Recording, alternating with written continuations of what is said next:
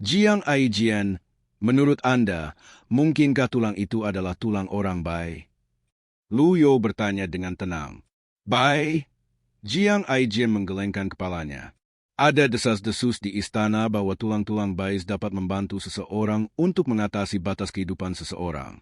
Jika itu masalahnya, apa gunanya memancing tulang-tulang di sungai selama 10 tahun terakhir? Tidak ada yang berhasil menemukan harta karun tersebut setelah menyelamatkan tulang belulang masyarakat Bai dari dasar sungai selama 1 dekade. Oleh karena itu, tujuan operasi ini mungkin telah bergeser ke hal lain selain tulang Bai selama 10 tahun. Senior tua, saya sudah mengatakan apa yang harus saya katakan. Saya akan jujur dan mengakui saya memang memiliki kepentingan dalam hal ini. Tidak apa-apa jika Anda tidak memberi saya pedang yang bagus, kata Jiang Aijian. Lu Yo menggelengkan kepalanya dan berkata, sudah kubilang aku membenci pria kecil yang tidak menepati kata-kata mereka. Karena aku sudah menjanjikanmu pedang, aku pasti akan memenuhi janjiku. Setelah dia selesai berbicara, Lu Yo mengangkat tangannya dan melambaikannya perlahan. Sebuah item hitam muncul dan melayang ke arah Jiang Aijian. Pada saat ini, perhatian semua orang terfokus pada item hitam. Mereka tidak bisa membantu tetapi bertanya-tanya apa harta Pavilion Master of Evil Sky Pavilion telah diberikan Jiang Aijian. Barang hitam itu jatuh ke tangan Jiang Aijian. Itu tidak tampak seperti pedang. Itu lebih seperti sebuah bingkisan kecil. Namun, mata Jiang Aijian melebar karena terkejut saat dia berseru dengan penuh semangat. Sebuah token kekaisaran. Itu benar. Pedang bagus yang kuberikan padamu adalah token kekaisaran ini, kata Lu Yo dengan tenang. Token kekaisaran adalah pedang yang bagus. Yang lain bingung dengan ini. Jiang Aijian menggaruk kepalanya dan berkata, jika Anda memberikan ini kepada seseorang di istana, itu akan sangat berguna bagi Anda. Senior tua, bukankah sia-sia bagimu untuk memberikannya padaku? Saya seorang pria yang penakut. Saya tidak memiliki keberanian untuk memesan orang di sekitar. Lu Yo membelai janggutnya dan berkata, item ini memang adalah token kekaisaran. Namun, itu juga kunci gudang kekaisaran. Jika tidak, menurut Anda mengapa keluarga kekaisaran mencarinya jauh-jauh? Jiang Aijian terkejut dengan kata-kata Lu Yo. Dia bukan satu-satunya. Tak satu pun dari yang lain tahu akan ada penggunaan lain untuk token kekaisaran. Dalam hal ini, apakah Anda mencoba menyakiti saya, senior tua? Aku akan mendapat masalah hanya dengan memiliki barang berharga ini dalam kepemilikanku. Jika orang-orang di istana mengetahui bahwa saya memiliki ini, bukankah mereka akan datang memburu saya? Jiang Aijian berkata, Anda adalah orang yang paling cocok untuk menyimpan item ini. Kau seorang pangeran, dan kau orang yang suka pedang. Kau satu-satunya yang bisa mendekati gudang juga. Jangan terburu-buru untuk menolak ini. Apa yang saya coba katakan kepada Anda adalah bahwa pedang yang bagus disimpan di dalam gudang. Nama pedangnya adalah Dragon Song, kata Lu Yo. Pedang? Lagu naga? Suara Jiang Aijian sedikit bergetar. Tampaknya seolah-olah dia memiliki waktu yang sulit percaya ini. Hua Wudao berkata, terkejut, Dragon Song adalah senjata tingkat surga yang terkenal di seluruh dunia ratusan tahun yang lalu. Ketajamannya tak tertandingi. Banyak di dunia kultivasi telah mencarinya sebelum menghilang. Saya tidak menyangka ada di istana. Lituan Air bertanya dengan penasaran, Eldewa, apakah pedang ini sebar itu? Hua Wudao menjawab, tentu saja. Itu dianggap sebagai senjata yang salah bahkan di antara senjata tingkat surga. Senjata tingkat surga biasanya perlu mengakui pemilik untuk melepaskan potensi penuhnya. Lagu naga berbeda. Pemilik senjatanya tidak pernah ditemukan. Tak satu pun dari mantan penggunanya diakui sebagai pemiliknya. Semua orang tampak terkejut. Dengan kata lain, Dragon Song tidak pernah sekalipun melepaskan kekuatan penuhnya. Anda mengatakan bahwa mungkin saja senjata ini bahkan lebih tinggi dari senjata tingkat surga. Little Yuan Air bertanya dengan skeptis. Belum pernah ada senjata yang lebih tinggi dari tingkat surga. Saya hanya bisa mengatakan itu lebih unggul dari senjata tingkat surga biasa, kata Hua Wudao. Yuan Air kecil tidak bisa menahan diri ketika dia mendengar ini. Dia dengan cepat menoleh ke Lu Yo dan berkata, Tuan, Anda tidak bisa memberinya senjata ini. Itu terlalu bagus untuknya. Jiang Aijian buru-buru memasukkan token kekaisaran ke sakunya. Dia berkata tanpa malu-malu, "Tidak, tidak, tidak. Saya sangat menyukai ini. Senior tua, jangan khawatir. Aku akan bekerja lebih keras dari sebelumnya. Aku sangat puas dengan barang ini. Perjalanan ini benar-benar berharga." Dia melambaikan tangannya dan berjalan ke pintu masuk saat dia terus berkata, "Semua orang, saya, memiliki sesuatu untuk diperhatikan jadi saya akan pergi dulu. Goodbye. Gadis kecil, tolong berhenti melotot padaku." Jiang Aijian, Lu Yo berkata dengan tenang, "Tidak perlu mengantarku pergi, senior tua. Saya tahu jalan kembali." Jiang Aijian menyimpan tangannya di token kaisaran saat dia berjalan mundur. Dia khawatir Yuan Er akan berlari mengejarnya. "Sampaikan pesan untuk saya." Jiang Aijian menghentikan langkahnya dan bertanya, "Pesan apa, senior tua?" Wei Wuyan adalah pelaku utama pertempuran di Mesir Fenrir Fair. Saya berharap bahwa itu dia menyerah dan mengakui kesalahannya. Lu Yo berkata dengan dingin. Kata-katanya membuat aula besar menjadi sunyi. Jika jarum jatuh di tanah sekarang, semua orang pasti bisa mendengarnya dengan keras dan jelas. "Oh tua senior, Anda bercanda, kan?" Wei Zuoyan memimpin pasukan besar, dan dia adalah perwira penting bangsa. Menuntut agar dia mengakui kesalahannya dapat menyebabkan pergolakan. Jiang Aijian berkata, selain itu, dia memiliki basis kultivasi yang mendalam. Rumor mengatakan bahwa itu kekuatannya sebanding dengan Fen Xiwen, pemimpin Black Knights. Dia juga memiliki banyak antek di istana. Saya pikir lebih mudah untuk naik ke surga daripada membuatnya mengakui kejahatannya.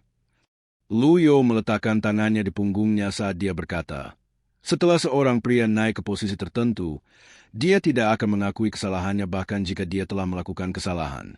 Saya mengerti sentimen ini, namun hanya karena saya memahaminya, bukan berarti saya menyukainya. Jiang Aijian bertanya, apakah Anda tidak takut menyinggung pangeran kedua? Bukankah tidak menguntungkan bagi Golden Sword Mountain untuk memiliki begitu banyak musuh? Saya tahu pavilion langit jahat memiliki kekuatan yang mengejutkan, tetapi tanah di bawah langit adalah milik kekaisaran.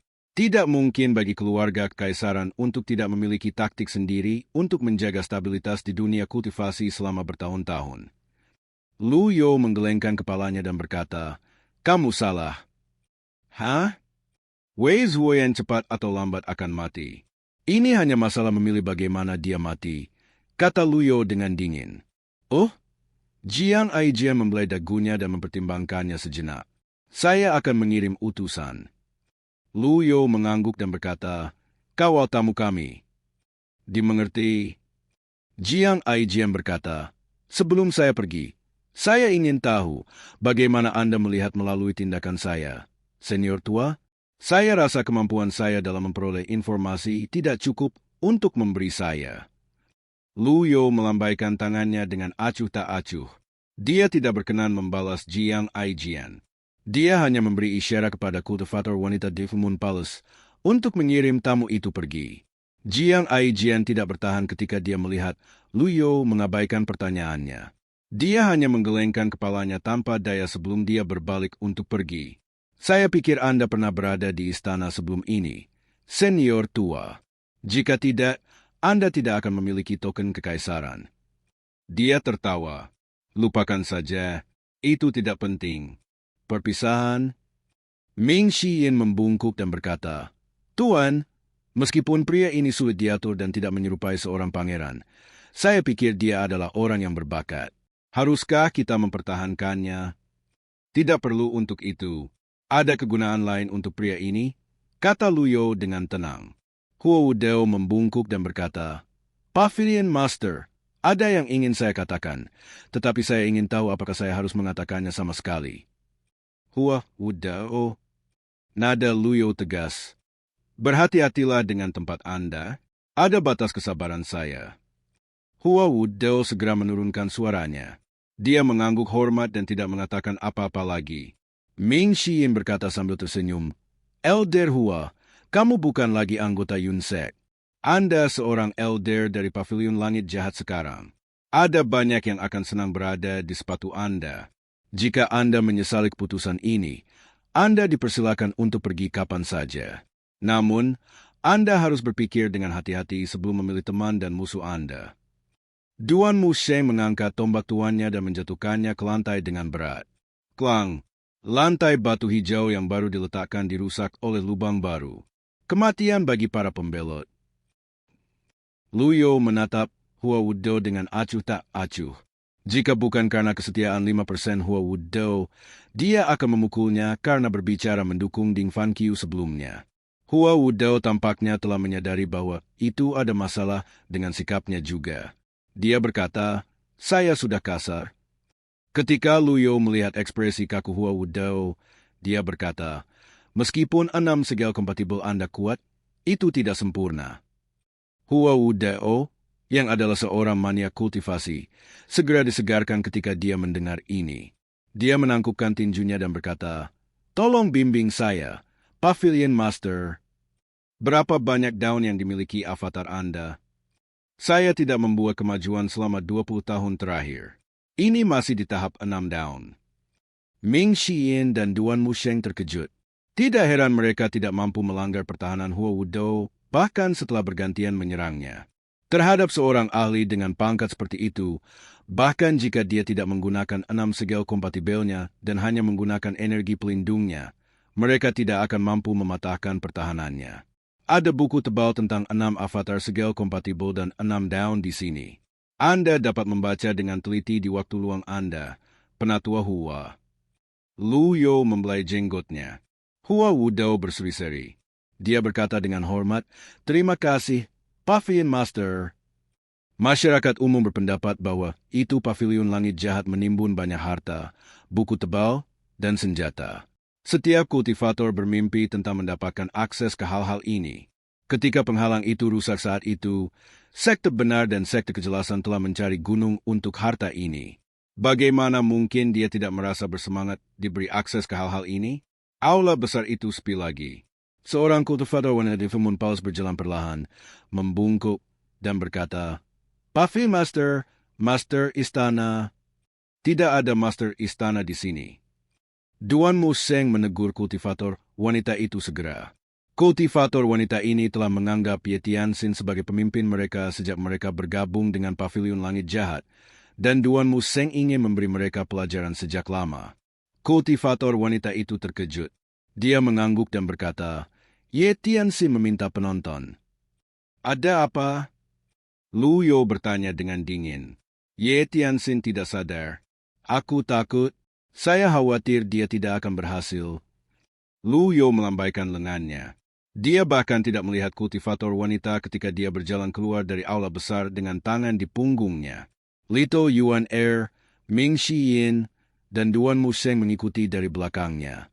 Beberapa saat kemudian, Luyo tiba di pavilion selatan.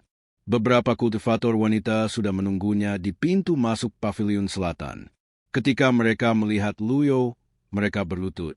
"Salam, Pavilion Master." Luyo mengabaikan mereka, langsung menuju ke tempat Ye Tianxin ditahan.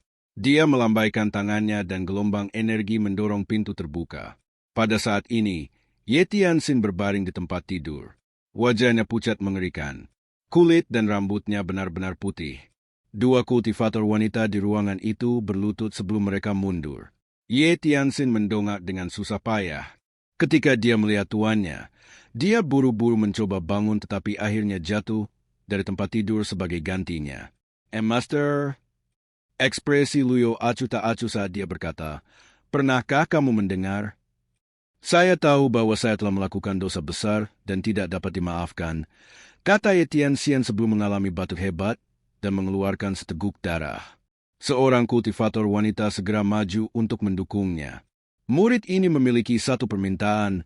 Ketika Ye Tianxin melihat Luyo tetap diam, dia mengumpulkan keberaniannya dan terus berbicara. "Saya ingin membunuh Wei Zuoyan dengan tangan saya sendiri untuk membalas desa naga ikan.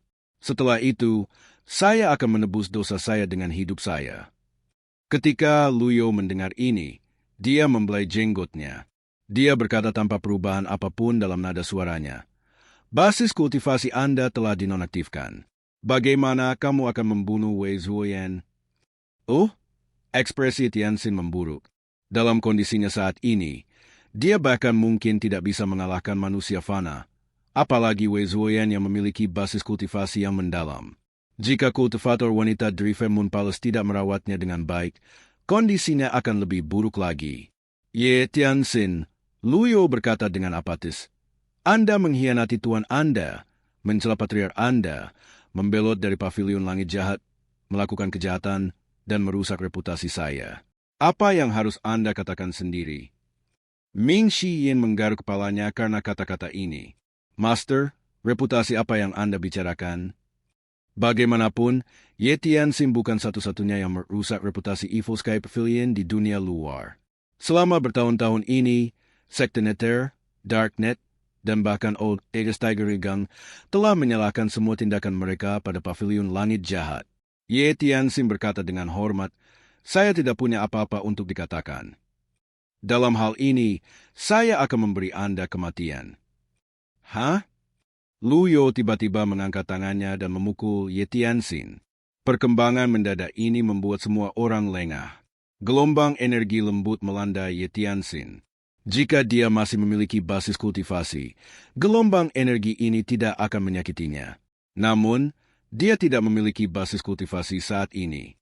Pukulan ini bisa berakibat fatal baginya. Bang! Master! Master! Jangan! Lito Yuan Er, Ming Shi Yin, dan Duan Musheng tidak menyangka tuan mereka tiba-tiba menyerang juga. Mereka sangat terkejut. Semuanya berseru memohon belas kasihan, tetapi sudah terlambat. Ye Tianxin dikirim terbang dari dampak energi. Dia terjatuh ke lantai dengan bunyi gedebuk.